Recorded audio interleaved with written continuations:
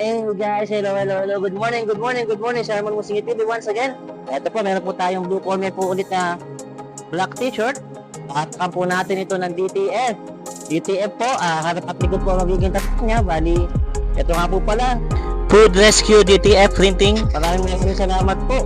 At kami po ang napili ninyo magtatak ng uniform. Ang kanilang mga employee po. Ito po, ang kanilang card po ay matatagpuan po. Meron po sa Sabang, meron po sa Barangay Tangos, meron din po sa may Bagong Nayon. At alam po natin na kasi bumibili po tayo madalas dyan. Doon po tayo madalas sa may Bagong Nayon po, sa may gilid po ng Agus Patables, sa may FC Homes. And guys, ito po t-shirt natin. Unahin po muna natin yung likod. Tuturo ko po yung tip sa inyo para hindi na po tayo mag-double hit, mag-double press sa likod. Pero yung tibay po ay mas matibay pa din po. Ayan po, inalatag po natin yan sa flatbed. Pinatagpun natin sa flatbed dyan. Kailangan po talagang pantay po yan at maayos. Yan. Diba po akala sa itakat, guguritan lang yan. Hindi po ganun. Tatansiyahin po natin yung sukat po niya magkabilang gilid. Pag na po sa mga baguhan, pwede pong gumamit ng ruler. Pero sa atin naman po medyo tansyado naman na po natin. Yan po, at ito nga po ang ating first press. Nagpe-first press po tayo ng 5 seconds para po yung moisture po ng t-shirt ay ayan, umukot po kung nakita ninyo pero hindi naman nakita sa video yun. Para yung moisture po niya ay mawawala at hindi po kasi didikit itong ating hot melt adhesive po medyo basa po ang t-shirt kaya po nagpe-press press po tayo.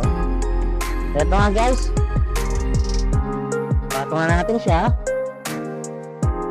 Make sure lang na ilalak lang po natin siya na sa tensiometer ng ating mat ay pantay pusa.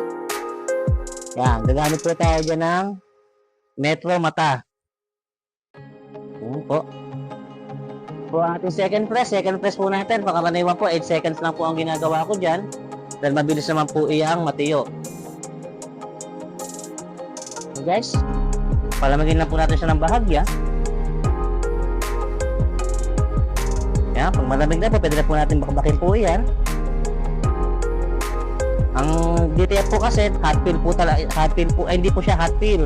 Kailangan po talaga palamigin muna bago po siya bakbakin. Ayun guys, nabakbak na po siya. Ito po yung pinakalikod na po niya. Yan. Ngayon po nakataka na po natin yung harap. Ayun guys, ilalapat natin ulit siya. Yan, hanapin ulit natin yung kagitnaan niya. Makikita naman po natin yan sa mga gilid. Hindi na po yung mga natitira dyan. Ito din po. Siyempre, yung pinakalaylayan niya. Yan po ang mapagpapantay dyan, yung pinakalaylayan. Minsan po, di po natin mapapantay minsan talaga kasi yung mismo tela po ng t-shirt ay hindi po talaga pantay ang pagkakapay. Kung sana po mapapantay sa katawan po yung suset. Ayan, press po ulit. 5 seconds po ulit.